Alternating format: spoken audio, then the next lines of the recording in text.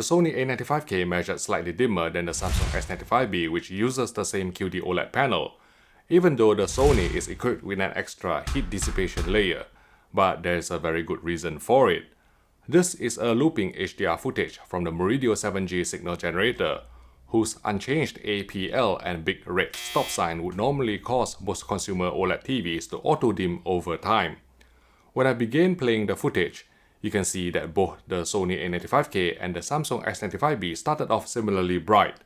However, after about 5 minutes, the picture on the Samsung QD-OLED had obviously become darker, whereas the Sony A95K still maintained its original brightness.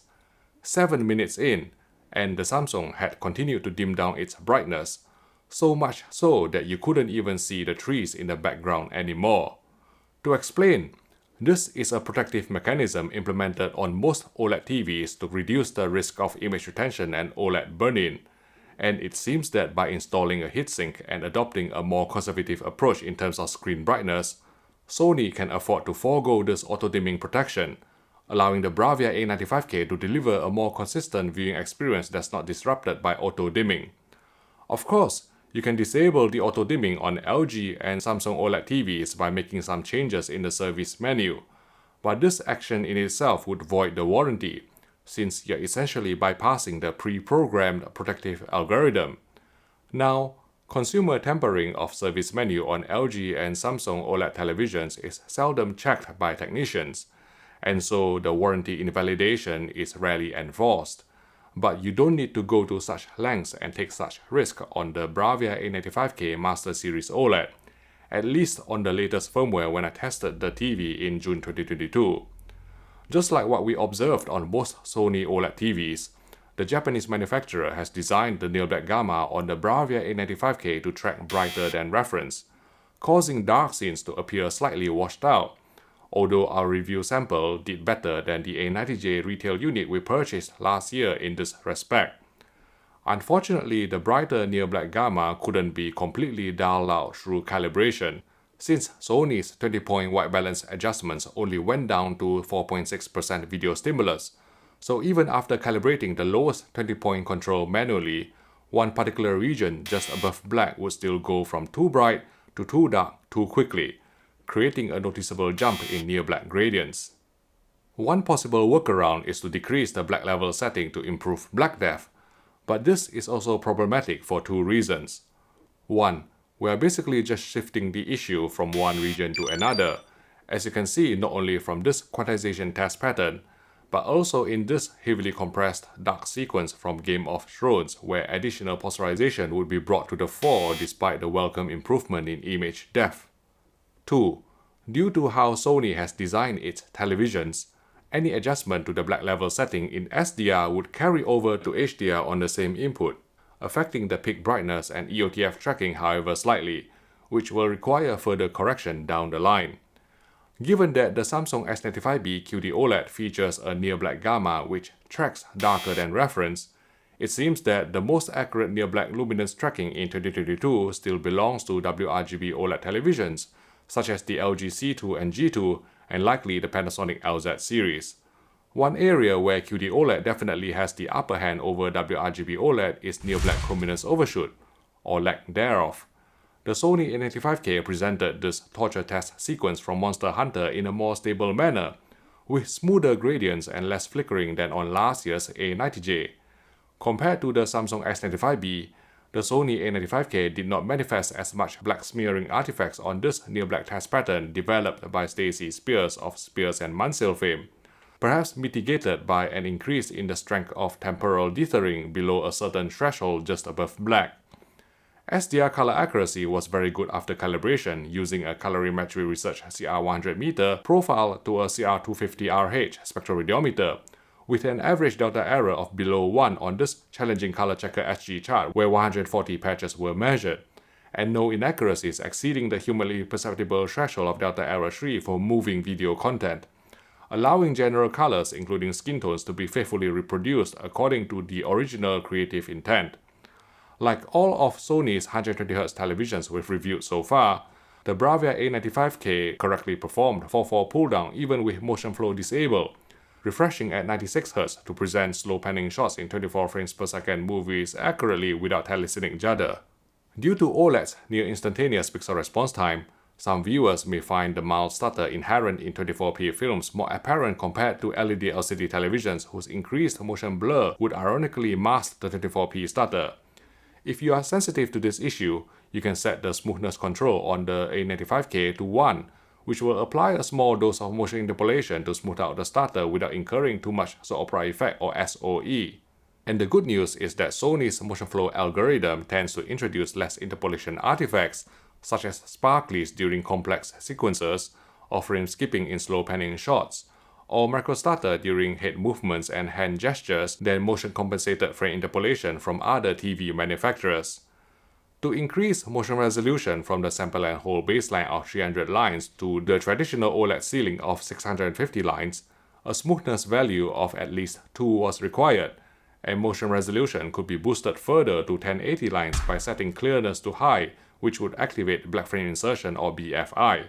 For 24 FPS content, the BFI on the Sony A95K refreshed at 48Hz to avoid introducing telecinic judder,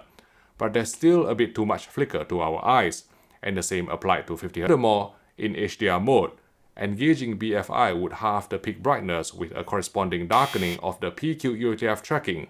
which is the final nail in the coffin for us as far as BFI is concerned on the A95K.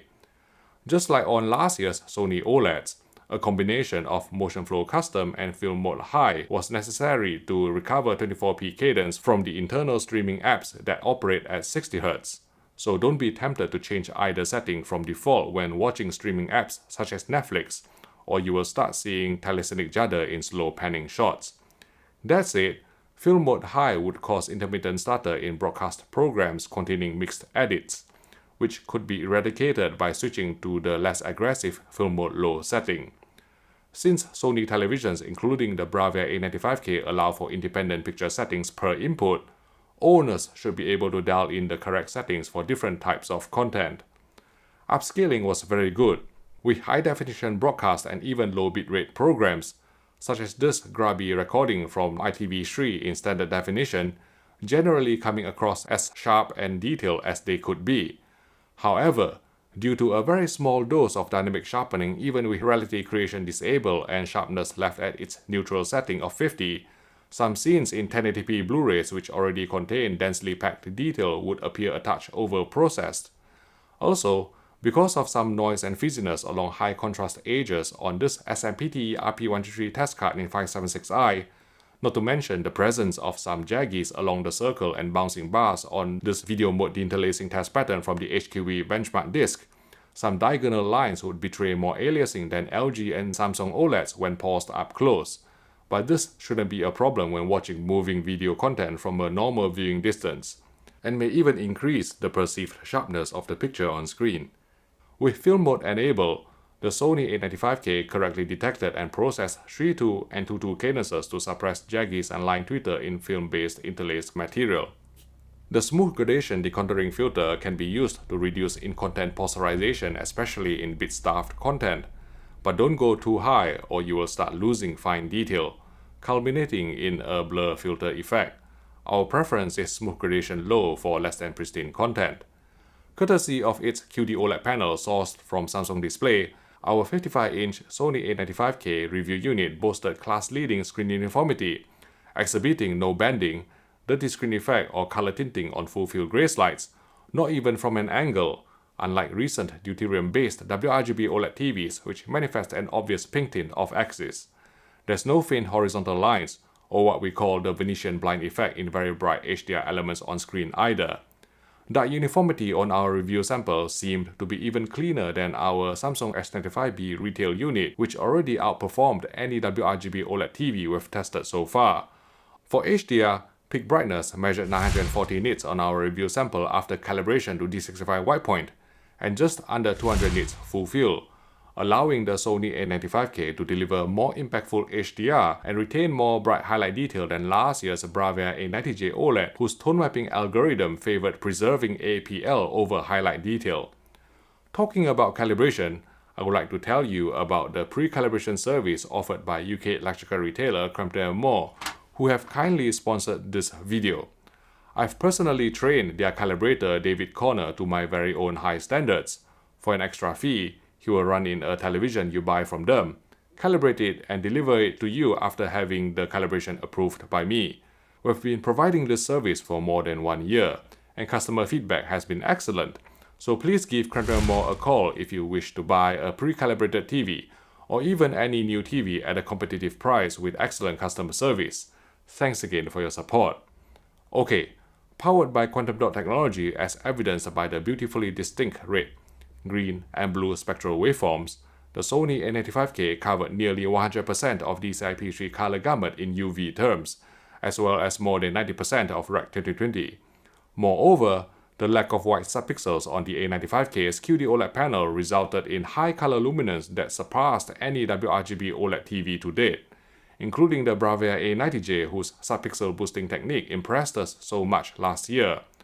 Of course, the vast majority of HDR scenes will look very similar on a WRGB OLED TV, simply because most HDR movies are not graded so aggressively to push the boundaries. However, when the rare scene calls for it, QD-OLED TVs such as the Sony A95K will be able to render brightly saturated colors in a more faithful manner than WRGB OLEDs, which have to choose to either darken the color while maintaining saturation or preserve luminance at the expense of saturation, leading to bright colors looking washed out, or what we call the white subpixel dilution effect. In terms of outright HDR impact in the most accurate picture modes, the Samsung S95B remained ahead by a whisker owing to slightly higher peak brightness and generally more relaxed ABL. But I've explained why Sony opted for a more conservative approach in the intro of this video. The Samsung S95B doesn't support Dolby Vision, whereas the Sony A95K does, which we've measured to track the ST2084 PQ EOTF standard accurately in the Dolby Vision Dark Picture preset. Now, some quarters have questioned the usefulness of Dolby Vision, because the Dolby Vision presentation in certain shows would look darker than HDR10. But these people probably don't understand how the Dolby Vision trim pass process actually works to better preserve creative intent when down-mapping from mastering monitors to consumer displays. Otherwise, the Bravia A95K featured excellent native 10-bit gradation as we've come to expect from high-end Sony televisions, with no additional posterization visible in the skies of the Martian, even with smooth gradation disabled. With game mode engaged, input lag on the Sony A95K measured 16 milliseconds at 60 frames per second, halving to 8 milliseconds at 120 frames per second, which should be quick enough to satisfy all but the most hardcore gamers. Just like last year's Sony Bravia XR TVs, the A95K uses the same MediaTek MT5895 chipset, so there's no change in its HDMI 2.1 configuration, with 2 out of 4 HDMI inputs provided being HDMI 2.1, of which one is the eARC port. The HDMI 2.1 bandwidth is spec'd at 48 gigabits per second, but FRL signaling and Dolby Vision remain mutually exclusive, so you won't be able to play games in 4K 120Hz Dolby Vision from the Xbox Series X. Not that you would want to play games in Dolby Vision on any Sony television including the A95K anyway, since the Japanese brand hasn't bothered offering a Dolby Vision game mode to cut down the frustratingly high input lag in all other non-game Dolby Vision picture presets. Unlike LG and Samsung OLEDs, the Sony A95K doesn't automatically switch on HDMI 2.1 support when you hook up a next-gen console such as the PS5 or the Xbox Series X, so you will have to manually go into the HDMI signal format submenu and engage Enhanced Format or Enhanced Format VRR for the HDMI port to which your HDMI 2.1 source device is connected. Note that engaging VRR mode on the TV will lock the Bravia A95K into game mode with a somewhat higher input lag. Compared to game mode implementations from rival manufacturers, Sony's game mode retains excellent upscaling and gradation, and you can even deploy the smooth gradation decontouring filter to smooth out in-game posterization, although because the more aggressive settings would also scrub away some fine detail, leading to an overly filtered, artificial presentation, we generally wouldn't go higher than the smooth gradation low setting. VRR implementation, including for G-Sync from an NVIDIA RTX 3090 graphics card, was buttery smooth without noticeable tearing or frame drops in the NVIDIA Pendulum app, as long as you stay within the VRR range of 48Hz to 120Hz, possibly down to 24Hz with LFC or low frame rate compensation. But since the Sony A95K is still an OLED display at the end of the day, some VRR flicker was inevitable in some of the more sedate scenes and static menus. Onto the subject of HDRG, which is not officially supported by any Sony TV, including the Bravia A95K. Upon interfacing with the Bravia A95K in HDR for the first time, the PS5 would draw upon Sony's Auto HDR tone mapping feature to auto-populate the adjust HDR values,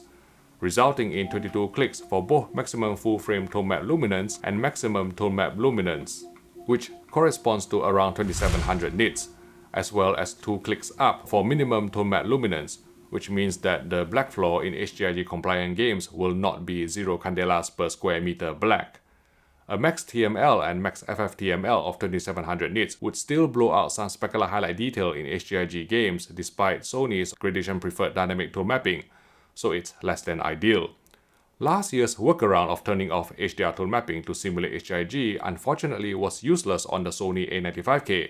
since disabling HDR tone mapping on our review sample led to an overly bright PQ-EOTF tracking. So when we went through the adjust HDR procedure with HDR tone mapping off, the A95K hard clipped at 11 clicks for both maximum full frame tone map luminance and maximum tone map luminance, equating to roughly 550 nits, which is well below the actual peak brightness of the QD-OLED TV, contributing to an underwhelming HDR presentation in HDRG compliant games. Based on our testing, we recommend setting the first and second screens in the adjust HDR calibration on the PS5 to 15 clicks, which targets almost 1000 nits, then letting Sony's gradation preferred dynamic tone mapping do its own thing for the best results on the A95K. Because the TV is still performing tone mapping on top of the tone map output in HDRG games, the HDR presentation won't be as impactful and accurate as that delivered by LG OLEDs with well-implemented HDRG. But compared to the Samsung S95B, the Sony A95K's more accurate PQ-EOTF tracking and well-judged roll-off in game mode allowed it to preserve slightly more bright highlight detail in HDRG compliant games. Given what happened with the Sony X900H LED LCD back in 2020, we checked for 4K 120Hz resolution and verified that the Bravia A95K successfully passed full 4K 120Hz resolution with HDR and VRR engaged, thanks to the presence of a coprocessor in addition to the MediaTek MT5895 SoC. However, the Sony A95K did not resolve 444 chroma as cleanly as PC mode on LG and Samsung OLED televisions, perhaps due to either the MediaTek HDMI 2.1 chipset or the coprocessor, or both. Otherwise, the Sony A95K carries two unique traits which are common to all QD-OLED displays we've reviewed to date. 1. The red, green, and blue subpixels are arranged in a triangular configuration, instead of the more traditional RGB stripe layout, which may lead to color fringing on high contrast edges, most notably PC text at native resolution. However, unless you are using the TV as a PC monitor up close, we don't think it is a problem for most people from a normal viewing distance. 2. Similar to the Samsung S95B, the Sony A95K suppressed reflections extremely well, but the screen would turn grey with a maroon tint, particularly when hit by direct light, due to the lack of a polarizer in the QD-OLED panel. From our experience, your eyes shouldn't pick up the grayer blacks when there's enough bright content on screen. But please bear in mind that when the television is off, the screen won't look as black as the bezel, depending on the angle at which light hits the screen. The monolithic design of the Sony A95K Master Series OLED is unlike any other 2022 OLED TV on the market, with only the screen visible from the front to create an immersive viewing experience. To achieve this sort of minimalistic design, a very heavy stand has to be placed behind the TV to act as a counterweight, and for stability reasons, the screen has to lean back slightly at a 3-degree angle, which we swiftly got used to after a while. There's also the option of putting the stand at the front of the screen, but due to its bulk, we suspect that most people who want to place the Sony A95K flush against the wall will probably just wall mount the TV using a VESA-compatible mounting holes. Hiding the onboard speakers is also integral to the monolithic slab design, and the Bravia A95K is equipped with Sony's Acoustic Surface Audio Plus technology, which uses two actuators and two subwoofers to generate sound from the screen itself. Sound quality was very good as far as TV speakers go, delivering impressive bass, volume, tonal balance and dialogue clarity, with one highlight being the precise audio localization to different parts of the picture on screen. The QD-OLED panel on the Sony A95K is reinforced to a thicker degree than that of the Samsung S95B, partly to accommodate the additional heat dissipation layer, but hopefully this will also mean that the A95K would suffer from unwanted flexing and bending issues which affected some S95B units. The supplied premium remote control has been revamped from the previous version to include fewer buttons. And until I experienced it, it would never have crossed my mind that a shorter length could actually feel better to hold in the hand. As someone who frequently tests TVs in the dark, I appreciated the remote's backlit function, which is triggered by motion and light sensors, so the keys will be illuminated automatically when you pick up the remote, but only in a dark room. Sony has bundled a Bravia Cam video camera accessory with every A95K sold, which can be used for gesture control and video calls. Because the focus of this channel is on in-depth picture quality analysis, we did not manage to find time to test out the Bravia Cam feature. To sum up, thanks largely to its QD-OLED panel, the Sony A95K represents a worthwhile upgrade over last year's A90J, which had previously won our 2021 TV shootout, delivering improved near-black stability, cleaner screen uniformity that's free of color tinting off-axis, as well as higher peak brightness and color luminance, which contributes to a more impactful HDR presentation. Our A95K review sample is not as accurate as LG and Panasonic OLEDs in near-black luminance tracking, while the TV also lags behind LG and Samsung OLEDs slightly for next-gen HDMI 2.1 gaming. However, when you take into account its class-leading motion and gradation, not to mention eradication of unnecessary auto-dimming shenanigans without requiring service menu access, we think that in terms of overall picture quality, the Sony A95K is the TV to beat in 2022, and so it earns our highly recommended Best in Class award. Now, I haven't touched upon the Android Smart TV interface on the Bravia A95K in this video, but just like on all Sony Android TVs, the user experience can get clunky and less responsive over time. I've done a video demonstrating 11 little-known hacks to speed up your Sony Android TV performance, so go watch my instruction video by clicking here.